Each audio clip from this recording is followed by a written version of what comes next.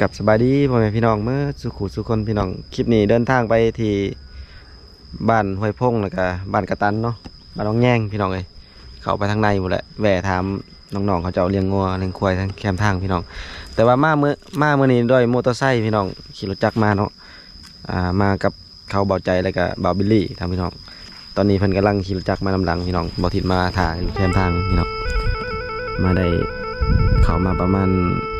ลักหนึ่งพี่น้องถ่ายอยู่แคมทางเดี๋ยวถ่ายชมนำกันพี่น้องทางหมู่บ้านห้วยพงบ้านกระตันบ้านน้องแย่งพี่น้องทางในนี่บรรยากาศวิถีชีวิตเนาะที่เป็นจังไรท่านผู้ชมไหมตอนนี้มาอยู่ข้างทางพี่น้องเลย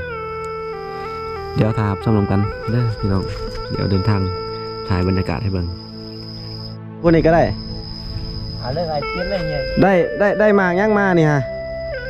ได้มายังโอ้ยังกินอยู่พอมาเลี้ยงงัวเลี้ยงควายอะไรก็ได้หมากเงี้ยวมากินพร้อมหมากเงี้ยวบอกหมากเงี้ยวมาเขาแล่นยังมาหันซุกสำหรับยังมาหันซุกสมมาดูวานนี่สมเนาะมันมีแจ่วซ้ำละบอกอยู่บ้านนี้บอกจะบอกบ้านแสดงบ้านแสดงบ้านแสดงบอกโอ้คนอยู่แสดงพุ่นแต่มาอยู่พี่มาอยู่ดนแล้วบ่ล่ะดนเลยเนาะไปเอามาคอแลนขึ้นไปเอาเองบ่นี่ไปเอาสูงมาต้นเลยต่ำเราเลี้ยงงัวเลี้ยงควายพี่น้องครับเนาะสมเนาะจะมีแก้วครับพี่น้องเลยครับเดทให้เบิ้งทางวิถีชีวิตเป็นกะหาอยู่หากินแถวนี้เนาะว่าสั้นซะแคมทางครับผู้ชมเลยเพิ่นก็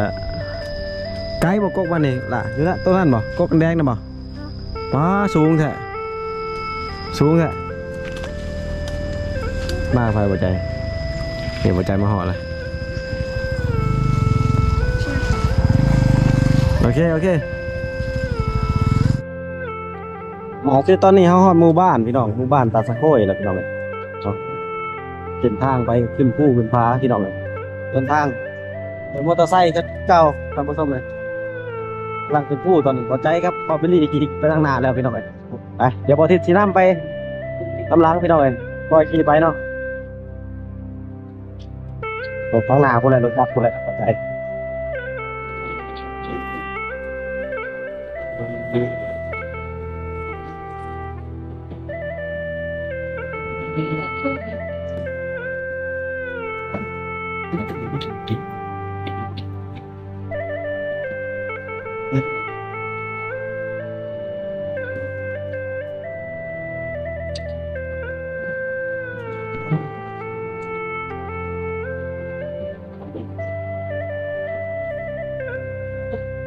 ว้าวิวงามเลยธรรมชมธรรมชาติ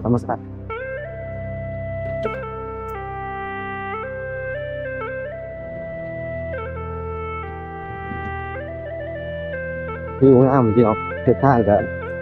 ต่างแน่เลย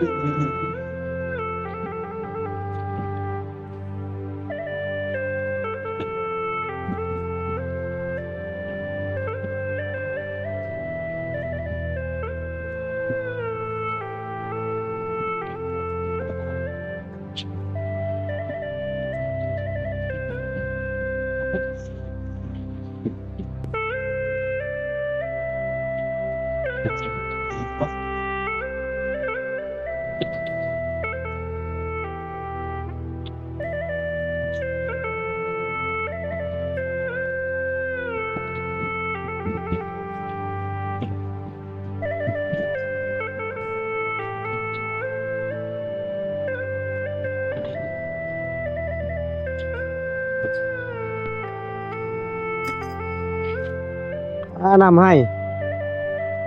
ก็ถ่ายคลิปได้บ่นะได้สิบ่เคยเห็นนี่เขาไปสูบยาได้เขาถ่ายได้บ่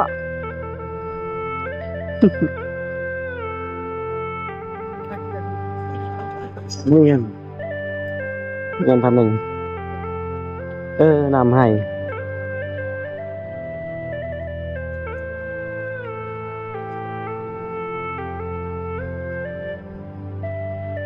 ไปเร็วนะ บ่ได้เนาะซ้ำนี่ได้ลายบ่เขาค่ะซ้ำนี่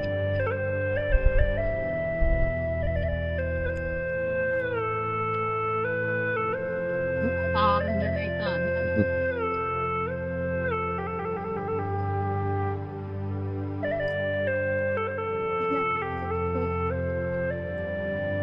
มัดข้าวจักช็อปนี่มัดนี่มัดข้าวจักช็อปนี่มาชิปชอบนำให้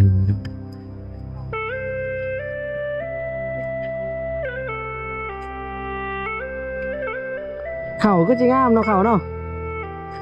ว่าเข่าก็จิงามเนาะเข่าเนาะไปก่อนวู้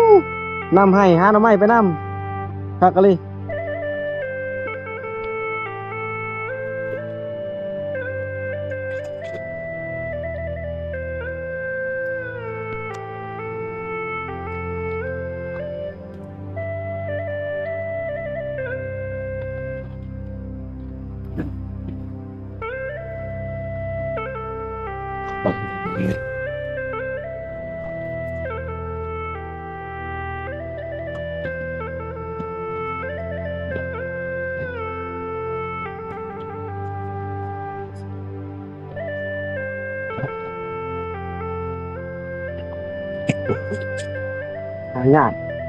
ทางยาก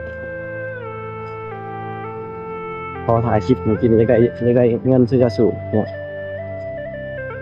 ว่าที่ตัวมีเงินจะกี่เลยแล้วเงินให้ซื้อยาสูบเลยให้ทายเพิ่นเหรอยาแล้วกันหมดแล้วให้ทายกับเรา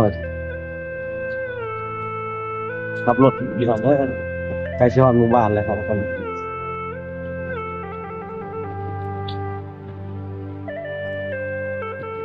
เด็กพี่น้องหมู่บ้านอยู่ทั้งลุ่มนี่แหละพี่น้องคนเที่ยวหลายเลยเพื่อนคนทั้งลุ่มนี่ครับผู้ชมมีแม่น้ำเซ่มีลุ่มอันนี้คือภูมิลำเนาภูมิสันธานคือว่าที่ตั้งของหมู่บ้านนั่นเองนะเป็นผู้พอที่ขี่ลงมาแต่ผู้พี่น้องรับมือเดียวนะพี่น้องก่อยครับเนาะสูงแห้งพี่น้องเลยผู้นี่สูงแห้งก่อยลงทำเรือนพ่อแม่พี่น้องประชาชนอยุ่ลุ่มพี่น้องหมู่บ้านก็มีไฟฟ้าเรียบร้อยแล้วพี่น้องเลยไฟฟ้ามาถึงทางก็คอยเฮ็ดไปรู้สึก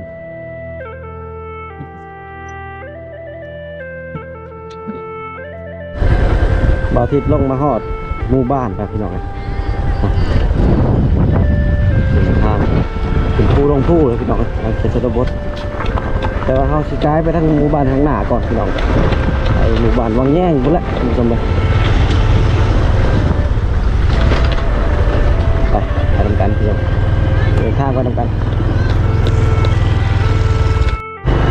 มาฮอดอีกหมู่บ้านหนึ่งคุณผู้ชมใกล้ๆกันนั่นแหละพี่น้องใกล้มากนั่นเองแฟนแต่เจนี่เคยเอาเสื้อผ้ามาแจกย้ายตอนช่วงเลยยามหนาวพี่น้องมากับบาสตี้ตอนนั้นพี่น้องบ้านหน้าผู้ลงผู้ช่วยลูกไว้พี่น้อง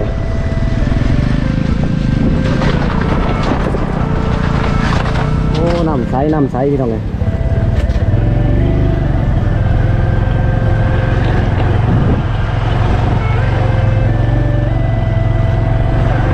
ท ธรรมชาติพี่น้องตัวงามแฮงธรรมชมเนาะธรรมชาติงามแฮงทั้งลุ่มนี่เขาเจ้ากระหอนค่ำนะพี่น้อง